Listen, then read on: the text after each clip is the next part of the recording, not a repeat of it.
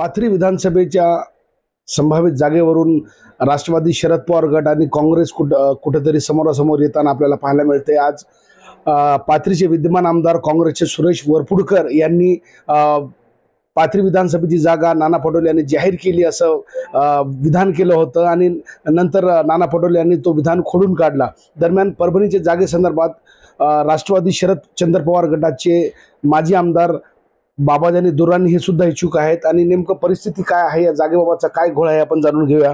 दुर्राणी साहेब, बाबाजानी दुर्राणी या जागेसाठी इच्छुक आहे का पाथरी विधानसभेसाठी? कारण विद्यमान आमदार इथं सुरेश वरपुडकर आहे, मग कसं एकूण नेमकं घोळ काय असणार आहे? काँग्रेसला जागा सुटणार का राष्ट्रवादी काँग्रेसला? नाही, महाविकास आघाडीची जागा आहे आणि सुरुवातीपासून 1980 पासून पाथरी विधानसभा मतदारसंघ शरद पवारला मानणार आहे। 3 वेळेस हे मतदारसंघामध्ये 2 वेळेस चरखेच्या चिन्हावर आणि 1 वेळेस घडीच्या चिन्हावर मी या मतदारसंघामध्ये निवडून आलो आणि राष्ट्रवादी काँग्रेस पक्षाच्या विचाराचा आणि शरद पवार साहेबांच्या विचाराचा हे मतदारसंघ आहे, म्हणून मी या ठिकाणी राष्ट्रवादी काँग्रेस पक्ष शरद पवार गटाकडून उमेदवारीची मागणी केलेली आहे।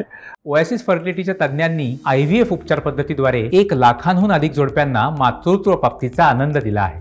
मोफत अपॉइंटमेंट बुक करण्यासाठी आजच संपर्क साधा। आणि संबंध महाराष्ट्रामध्ये मुस्लिम समाजाने 20 जागेची मागणी केलेली आहे आणि त्याच्यामध्ये महाविकास आघाडीमध्ये 20 जागा मुस्लिम समाजाला द्यावा म्हणून असला जमियतुल उलमा हिंद त्यांनी आपली मागणी केली आहे। त्याच्यामधून मी मुस्लिम उमेदवार म्हणून या मतदारसंघामध्ये शरद पवार गटाकडून उमेदवारी मागतो। वरपुडकर विद्यमान आमदार आहेत, त्यांचं असं म्हणणं आहे की ही जागा त्या नाना पटोले यांनी घोषित केली। काय नेमकं तथ्य आहे त्यात? आता ते काँग्रेस पक्षाचं आहे, त्यांचं काय घोषणा केली काय नाही केली त्याच्याबद्दल मी काय वाच्यता करणार नाही, पण आमचे नेते शरद पवार साहेबांकडे मी मागणी केलेली आहे आणि ते मागणी केल्यानंतर निश्चितपणे त्याच्यावर ते तोडगा काढते। जर तोडगा निघाला नाही तर बाबाजानी दुर्राणी यांची काय भूमिका असणार? नाही, तोडगा निघाला तर महाविकास आघाडी सोबत राहावं लागेल। महाविकास आघाडीचं काम करणार जर तुम्हाला तिकीट मिळालं नाही तर महाविकास आघाडी सोबतच राहावं लागेल। तर काँग्रेस पक्षामध्ये काय ठरलं हे मला माहीत नाही, मात्र मी पाथरी विधानसभेबाबत इच्छुक आहे आणि तशी मी इच्छुक असल्याच्या या ठिकाणी आपल्या पक्षश्रेष्ठींना कळवलं असल्याचं विधान या ठिकाणी बाबाजानी दुर्राणी यांनी केलं आहे।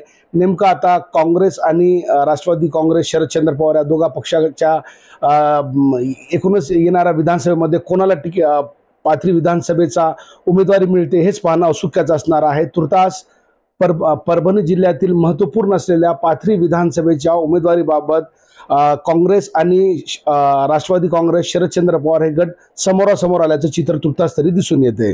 कॅमेरा पर्सन सय्यद खिजरसह नजीर खान, TV9 मराठी, पाथरी, परभणी।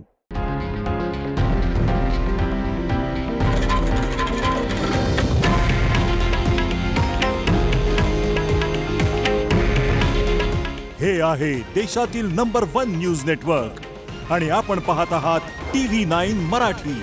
काळजी तुमची, हित महाराष्ट्राचं।